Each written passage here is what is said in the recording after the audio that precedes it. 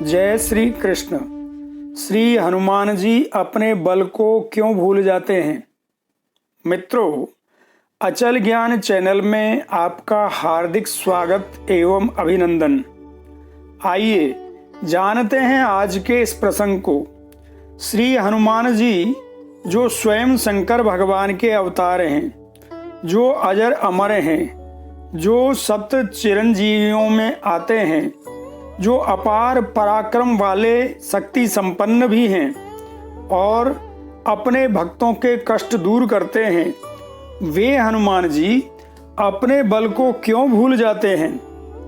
मित्रों, श्री हनुमान जी स्वाभाविक रूप से प्राप्त महाबल के साथ साथ वरदानों द्वारा प्राप्त बल शक्ति संपन्न थे, लेकिन वानर जाति में माता अंजनी के गर्भ से उत्पन्न कपिराज हनुमान अपने चंचल स्वभाव के कारणवश बड़े बड़े ऋषि मुनियों के आश्रमों में जाकर उपद्रव किया करते थे। केसरी नंदन हनुमान शांत चित्त स्वभाव वाले महात्माओं के आश्रमों में जाकर उनके जनेऊ तोड़ डालते, उनके कमंडलू फोड़ देते, उनके वलकल वस्त्र उनको चीर फाड़ देते, यज्ञ की सामग्रियों को फैला देते, हवन के सूची श्रवा को तोड़ डालते, जिससे ऋषि मुनि महात्मा अत्यंत दुखी रहने लगे। यद्यपि हनुमान को अपने माता पिता ने बहुत समझाया, परंतु सब समझाना व्यर्थ गया और हनुमान की चंचलता दिन पर दिन बढ़ती चली गई। परिणाम ये हुआ कि भृगु और अंगिरा के वंश में उत्पन्न हुए ऋषियों ने हनुमान जी को श्राप दे दिया और कहा कि हे वानर राज कपि, तुम जिस बल के कारण हमें सता रहे हो, हमारे श्राप के कारण तुम उस बल को दीर्घ काल तक भूले रहोगे।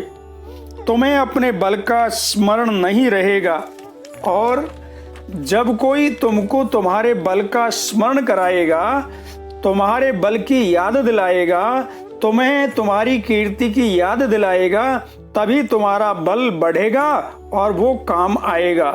तुम्हें अपने बल की याद आएगी, तुम्हारी रिद्धि सिद्धियों का प्रभाव का स्मरण तुमको होगा।